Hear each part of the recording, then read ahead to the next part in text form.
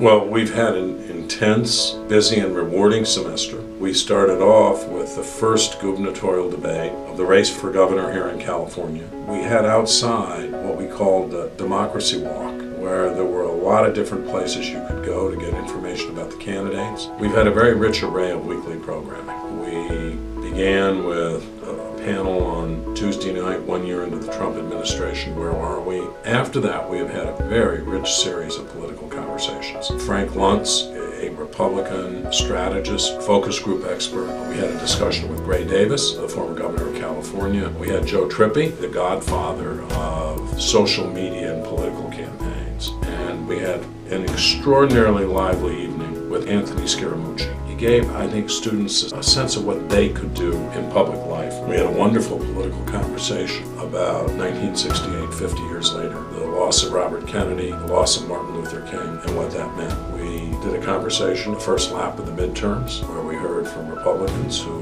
weren't actually very hopeful, and Democrats who seemed pretty hopeful. We concluded with Donna Brazil, who's been chairman of the Democratic National Committee twice. In addition to that, we've had a couple of conferences, one on migration, immigration, and the crisis of the modern state. We talked about what the effect of migration was in Europe right now. We had a very lively discussion led by Gordon Brown, the former Prime Minister of Great Britain. And then, of course, we had a lively political leadership summit in Sacramento that's named for Joe Sorrell, who was a legendary political consultant here in Los Angeles. What we hope to do is promote civil dialogue and civility. That's why we had a conference on civility, which looked at the way people think differently about politics. That conference was very enlightening about the barriers to returning to a civil dialogue and about the possibilities of doing it. One way that we want to help do that is not only to promote it, but to model it in our discussions here. Look at what we've done in terms of internships. That's been